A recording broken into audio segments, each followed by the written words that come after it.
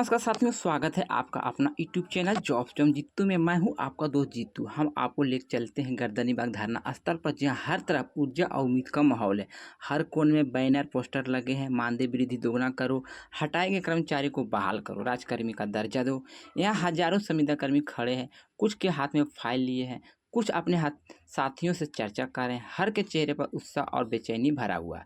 यह कोई साधारण धरना नहीं है, यह संविदा कर्मी की अधिकार की लड़ाई है और उनकी उम्मीद के प्रतीक है। साथियों देखिए, हर कोई अपनी उपस्थिति दर्ज करा रहे हैं। जैसे स्कूल में हाजिरी लगाते हैं, वैसे ही यहाँ पर हर संविदा कर्मी कर रहे हैं। भैया मैं हाजिर हूँ, मेरी फाइल देखो। लेकिन एक बात याद रखें, सिर्फ हाजिरी भरने से लाभ नहीं मिलता है। जो लोग लगातार संघर्ष कर रहे हैं, धरने पर बैठ रहे हैं, बार बार दस्तक दे रहे हैं, वही सबसे पहले सूची में आते हैं। बिहार कैबिनेट और चुनावी माहौल।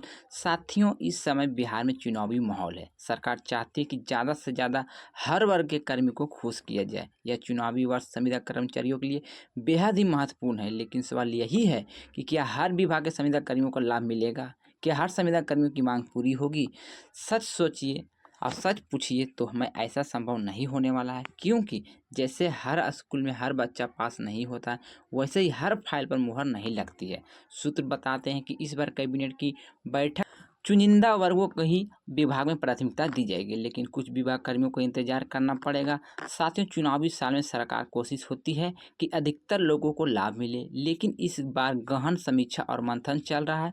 कौन कौन से विभाग पहले लाभ मिलेंगे और कौन कौन विभाग को इंतजार करना होगा, ये बातें सचिवालय में तय हो रही। लेकिन सारा जानकारी, सारा इन्फॉर्मेशन मैं आपको इस वीडियो में देने वाले। बस आपसे छोटी सी रिक्वेस्ट करते हैं कि अगर आप लोग चैनल पहली बार जुड़े हैं तो चैनल को सब्सक्राइब कर लीजिएगा। वीडियो पसंद आएंगे तो वीडियो को लाइक कीजिएगा, वीडियो को शेयर कीजिएगा। और यहाँ पर जो जानकारी मुझे मिली है, मैं आपको वही जानकारी बता रहे हैं। संविदा कर्मियों की उम्मीद और आंदोलन। साथियों देखे होंगे धरना स्थल, यहाँ पर हर व्यक्ति अपने हक के लिए खड़ा है। कुछ लोग अपनी फाइल दिखा रहे हैं, कुछ अपने साथियों से रणनीति बना रहे हैं। हर विभाग के कर्मी की उम्मीद अलग है, लेकिन सभी में एक बात समान है: सुधार और न्याय की मांग। पिछले वर्षों का अनुभव बताता है कि जिन कर्मियों की लगातार आंदोलन किया, उन्हें फायदा मिला। जिन लोगों ने केवल मौका देकर धरना स्थल पर आए, उन्हें इंतजार करना पड़ा। साथियों, ये समय सिर्फ दिखावे का नहीं है, यह समय अपनी मांग को लेकर लगातार दबाव बनाने का है। 45 विभाग की स्थिति और संभावना का लाभ। सबसे पहले महत्वपूर्ण हिस्सा है कि 45 विभाग के संविदा कर्मियों की स्थिति, यानी ग्राम कचहरी सचिव। पिछले बार केवल 3000 की मामूली वृद्धि की गई थी। सरकार ने घोषणा की थी कि मानदेय दोगुना किया जाए, लेकिन ऐसा नहीं हुआ। सूत्र बताते हैं कि इस बार उन्हें उचित मानदेय वृद्धि और सेवा समायोजन मिल सकता है। इसके साथ बहाली पर भी संभावना है। पुराना वार्ड सचिव जिन्हें हटाया गया था, उनके लिए पूर्वाचल चल रही है, यानी कि उनके लेकर मंथन चल रही है कि उनको फिर से पद पर लाया जाएगा। उम्मीद है कि इस बार तोहफा और पद बहाली मिल सकती है। नियमित की बात कर लेते हैं दोस्तों, तो लगातार आंदोलन और दबाव के बाद सरकार इन्हें भी लाभ देने की योजना बना रही है। चौथा में देखिएगा चौकीदार और दफादार, इनके लिए कहा जा रहा है कि इस बार लाभ तय है। फुल एंड फाइनल प्रक्रिया शुरू किया गया है, अब केवल औपचारिक मुहर बाकी है। पचमा में देखिएगा मदरसा शिक्षक, जो कि लगातार धरने पर बढ़ रहे हैं, अक्सर वहां पर आपको देखने को भी मिल रहे हैं। सरकार इनके प्रस्ताव पर गंभीरता से विचार कर रही है। छठा में देखिएगा तो संख्याकी स्वयंसेवक, जो कि 24 सितंबर से अनिश्चितकालीन धरने पर जाने वाले हैं। जो अनिश्चितकालीन धारणा करते हैं, वही सरकार को गंभीरता से सोचने को मजबूर करते हैं। सातवां में देखिएगा तो आशा, आंगनबाड़ी, जीविका, स्वास्थ्यकर्ता, लगातार प्रदर्शन करने वाले कर्मियों को भी लाभ मिला है। जिनके प्रदर्शन कम रहे, उन्हें इंतजार करना पड़ सकता है। आठवां में देखिएगा हटाए गए कर्मी, पूर्वांचल चल रही है, उसमें मंथन चल रही है। संभावना है कि कुछ को बहाल किए जाएंगे और उनके मानदेय में सुधार होगा। 9वां पॉइंट में देखिएगा तो लिखा गया है कि अन्य चयनित विभाग, यानी कुछ चुनिंदा विभाग जो राजकर्मियों का दर्जा मिलने की पूरी संभावना जताई जा रही है। इसमें स्वास्थ्य विभाग हो गया, शिक्षा विभाग हो गया, पंचायती राज विभाग हो गया, ग्राम विकास विभाग से जुड़े शामिल हैं। उसके बाद देखिएगा इन विभागों के कर्मियों के लिए चयन प्रक्रिया चल रही है। कैबिनेट में फाइनल निर्णय आने वाला है। 10वां पॉइंट में देखिएगा तो विश्लेषण, विभागों की प्राथमिकता। जिन विभागों के कर्मियों के लंबे समय से लगातार संघर्ष किया है, उन्हें सबसे पहले लाभ देने की योजना बनाई जा रही है। जिन विभागों में प्रदर्शन काम करे, उनका इंतजार हो सकता है, यानी जिनका प्रदर्शन अच्छा है उनको सबसे पहले प्राथमिकता दिया जाए, उनको सबसे पहले लाभ देने वाले हैं। सरकार चाहती है कि चुनावी वर्ष में अधिकतर वर्गों को खुश किया जाए। सरकार की रणनीति और अंदर खाने से जो मंथन चल रही है, साथियों अंदर खाने में बहुत गहमा-गहमी है। कौन-कौन सी फाइल पहले आएगी, किस वर्ग को कब लाभ मिलेगा, यह सब सचिवालय में तालमेल बैठाने की प्रक्रिया है।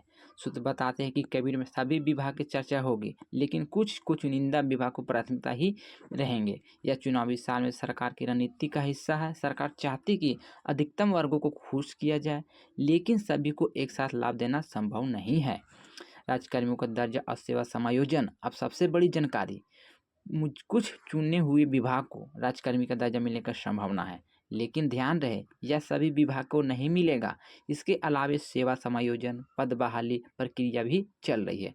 कुछ संविदा कर्मचारियों का मानदेय वृद्धि, सेवा समायोजन, पद बहाली एक साथ मिल सकता है। हटाए गए कर्मचारियों के लिए पुनर्विचार चल रहा है, यानी पुनर्बहाली होंगे। इसका मतलब साफ है, जो लोग लगातार संघर्ष कर रहे हैं उनकी लड़ाई सफल होने की संभावना अधिक है।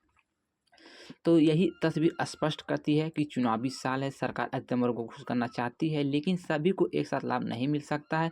जो लगातार संघर्ष करते हैं, धरने पर रहते हैं, दस्तक देते हैं, वही सबसे आगे लाभ उठाते हैं। जो केवल मौके पर देखकर व्यतीत होते हैं, उन्हें केवल इंतजार करना होता है।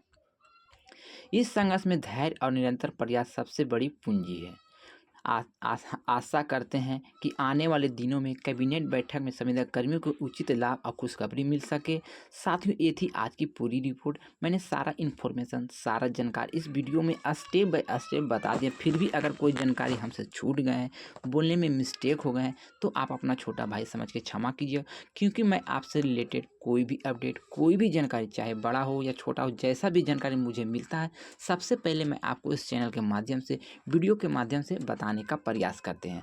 तो यहाँ पे सभी 45 विभाग के कर्मचारी को लेकर जो जानकारी मिला था, और मैंने पूरी जानकारी इसमें बता दी है कि किसका सेवा समायोजन होगा, किसे फिर से मानदेय में बढ़ोतरी की जाएगी, किसे अनिश्चितकालीन हड़ताल को देखते हुए उनका मानदेय को और बढ़ाया जाएगा, और इन्हें पूरा लाभ देने की तैयारी है।